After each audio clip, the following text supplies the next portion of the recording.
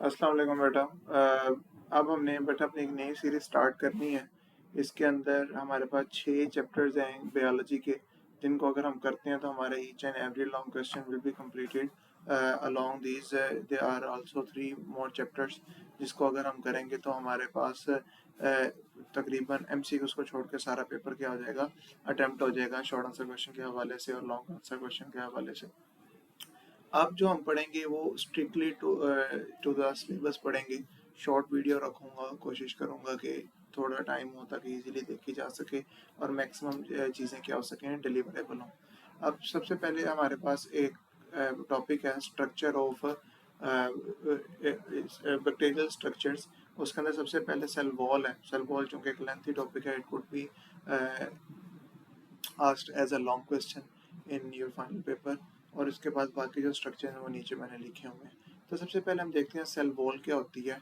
Cell wall एक rigid structure है which is present outside of plasma membrane of bacterial cell wall.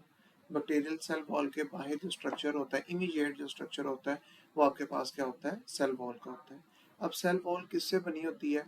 Bacterial cell wall एक ही molecule से मिलकर बनी होती है, वो है पेप्टाइडोग्लाइकन या म्यूरेन आपके पास।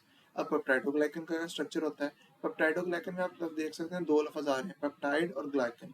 ग्लाइकन पॉलीसैकेराइड आपके पास होता है, ठीक है। पेप्टाइडोग्लाइकन में अगर हम देखें तो आपको दो नाम नजर आ रहे हैं, पेप्टाइड और ग्लाइकन। ग्लाइकन जो है वो पॉलीसैकेराइड चेन है और इसी तरह इसके साथ पेप्टाइड फ्रेगमेंट्स भी लगे होते हैं। बेटा अगर इस पे एक्सप्लेनेशन करने जाएं तो सिर्फ इसके ऊपर एक पूरी टॉपिक बन जाएगा, किस तरह से कौन सी पोजीशन पे कौन से हैं, क्या क्या नाम है, NAG NAM वगैरह वगैरह, ठीक है। उसके ऊपर हम नहीं जा रहे, जो आपका सिलेबस है हम उसको उतना ही रखेंगे। वेरिएशंस क्या है, इनकी जो अमाउंट है वो पर बैक्टीरिया क्या हो सकती है, वेरी हो सकती है। इसके अलावा बेटा आपके पास लिपिड्स भी होते हैं, जो पेप्टाइडोग्लाइकन के साथ क्या हुए होते हैं, अटैच हुए होते हैं। अब बेटा बैक्टीरिया की सेल वॉल की बेस के ऊपर बेसिक दो टाइप्स हैं, टेक्निकली तीन है लेकिन हम दो टाइप्स को देखते हैं, ठीक है।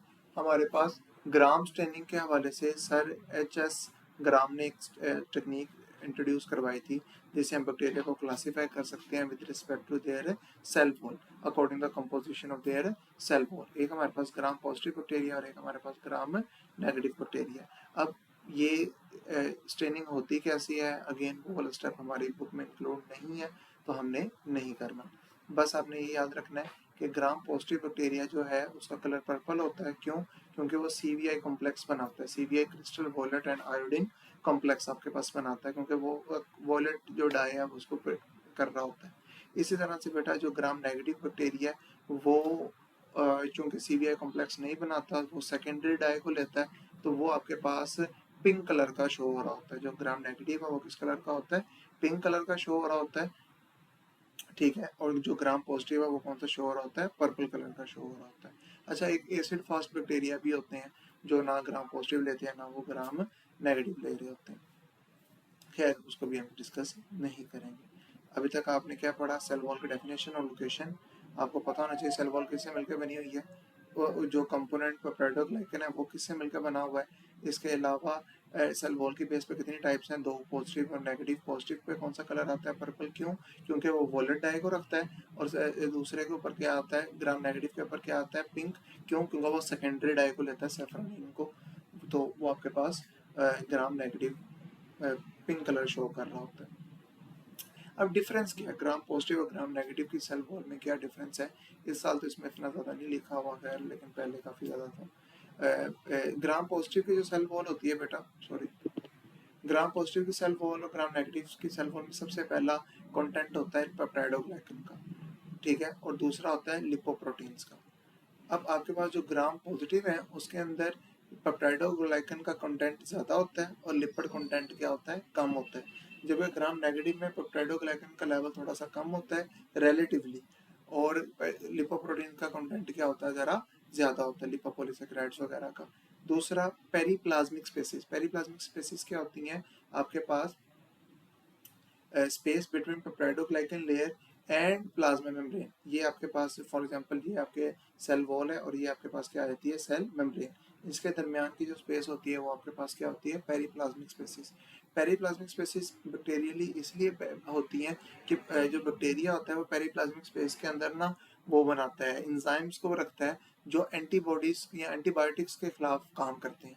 तो जो ग्राम नेगेटिव बैक्टीरिया होते हैं वो ज़्यादातर रेजिस्टेंट हो जाते हैं एंटीबायोटिक से। क्यों? क्योंकि एंटीबायोटिक उनके अंदर जाती है, अंदर जाकर उसके ऊपर एंजाइम पहले पड़े हुए हैं पेरिप्लाज्मिक स्पेस में, वो उसको डिस्ट्रॉय कर देते हैं। जिस तरह बीटा लैक्टम ड्रग्स जितनी भी हैं, वो पेनिसिलिन जो है वो काम नहीं करती उसके ऊपर, जो बीटा लैक्टमेज एंजाइम बना रहे हो। खैर जब आप जाएंगे मेडिकल में तो पढ़ लोगे।